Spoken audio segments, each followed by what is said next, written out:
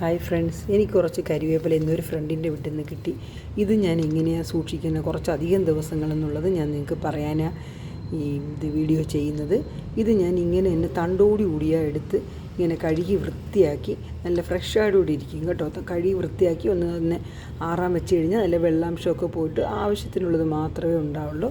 അതിനെ ഞാൻ ഇങ്ങനെ ഒരു നീണ്ട പാത്രത്തിൽ വയ്ക്കും. ഇങ്ങനെ നീണ്ട പാത്രത്തിൽ വെച്ചിട്ടാണ് ഞാൻ ഫ്രിഡ്ജിനകത്ത് വയ്ക്കുന്നത്. അപ്പോൾ ആവശ്യം നമ്മൾ വരുമ്പോഴേക്കും ഓരോ തണ്ടായിട്ട് എടുത്തെടുത്താണ് നമ്മൾ ഉപയോഗിക്കുന്നത്.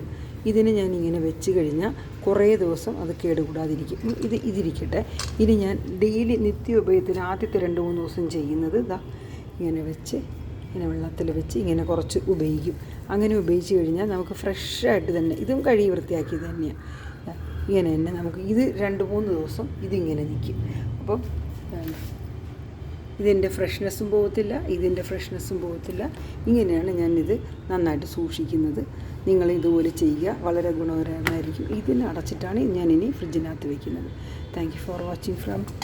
ഇത് കുറച്ച് സബ്സ്ക്രൈബ് ചെയ്ത് കാണണേ. ഞാൻ ഇതുപോലെ ഇനിയും ഉപയോഗപ്രദമായിട്ടുള്ള കുറേ വീഡിയോകളൊക്കെ ഇടുന്നുണ്ടാവും. എനിക്കറിയാവുന്ന ടിപ്സ് ഞാൻ പറഞ്ഞു തരുന്നു.